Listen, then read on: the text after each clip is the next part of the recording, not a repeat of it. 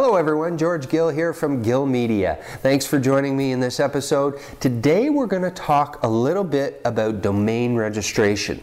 And it's really critical, if you haven't registered a domain name yet, that you see our prior post on basic keyword research, because I really want you to take a look at that and do a little keyword research before you go registering a domain. Now, if you already know that you're not going to be optimizing the domain based on the keywords that you're choosing, but you're going to use your brand name or your store name or your company name, then the keyword research as a preempt to registering a domain is not quite as important, because you're going to be using your company's name, i.e. abc.com is your company name or your company, so you want to register that domain. Now, if that's not the case, if you're not going to be branding based on your company name and you just want to really gain traffic into the niche or the business that you're in, again, I stress, go back, see that post on keyword research, do some initial keyword research, and then let's look at registering the domain. And that's what we're going to do today. So come on over and join me on my computer and let's take a look at how we go about registering our domain. Okay, so here we are on the Gill Media website, www.gill-media.com, and we're going to go under Services and we're going to click on Hosting, and that's going to take you to the hosting page, and down here we'll just click on Domain Registration, which will launch a new window for e-domains where you can register domains, get your hosting all set up, that kind of idea. Now, there's other services out there for domain registration, absolutely. This is just one that we use.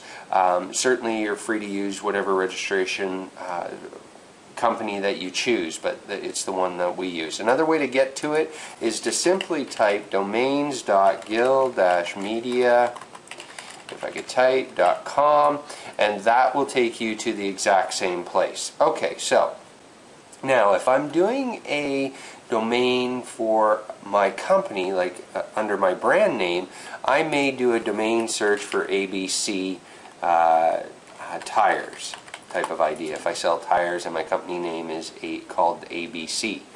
And when I do that search, it's going to tell me, is it available? And it tells me here that abctires.com is already taken. And then it gives me some potentials for optional domains. Now, just a quick tip here. Ideally, what you want is a .com. Okay, so although abctires.info is available, typically .com domains optimize, in other words, get to page 1 ranking of the search engines far better than other dots that are available, such as .info, .net, .me, etc., etc. Now, if you are just a US company, then a .us is fine. If you're just a Canadian company, then a .ca is fine. But ideally, you want the .coms, and the system will automatically give you some variable .coms that are available. So maybe ABC Tires is not, but the abctires.com is available. Okay, so once we've chosen our domain and we found what we want, and you can search until your heart's content. Maybe I might search great deals on tires if I was doing a domain registration for more of a keyword ranking than I was for just a brand name or my company name. So greatdealsontires.com is available, and I bet you there's some great search volume on that if you're selling tires, so that might be a great domain for you to register. Okay, so once you've found the domain that you want, you're going to go ahead and select Add, and then the system's going to try and there we go, we have it. We can add more for additional pricing, but for now we're just going to deal with the one. And then at that stage, I'm ready to check out. Now, you can select your country and currency up here. So right now I have it defaulting to the US dollars, but I can just simply click on that if I'm in Australia, or if I'm in Canada, or I'm in the UK, whatever the case may be. I can switch that out to different currencies. and what have you, just to get the pricing in Canadian dollars and location, or in US. Again, it really depends on where you're located and where it works for you. Okay, so bearing that in mind, let's move forward. Now I'm ready to check out. I can complete registration, go to cart. I can click on the little cart, click go to cart, great deals on tires, and I can complete my domain purchase. Now this takes you through a few steps that you're going to need to fill out the information, and for the most part you want to be 100% accurate here. Well, I shouldn't say the most part, you want to be 100% accurate here, and you want to make sure that you do your own domain registration, and there's some security behind that. We could do a whole episode just on domain registration, but make sure you're doing your own domain registration. So you're going to fill out your account information first, then you'll go through the domain settings, length of time. Now, if you're going to be serious on the web, you want to register your domain a minimum of 3 years. And the reason behind that, think again, common sense. When we're talking about search engine optimization, if you're going to negotiate a lease for a bricks and mortar building, are you going to get a better deal if you're negotiating 5 years as opposed to 1 year? Yes. Are you going to get into potentially a better property if you're negotiating longer term?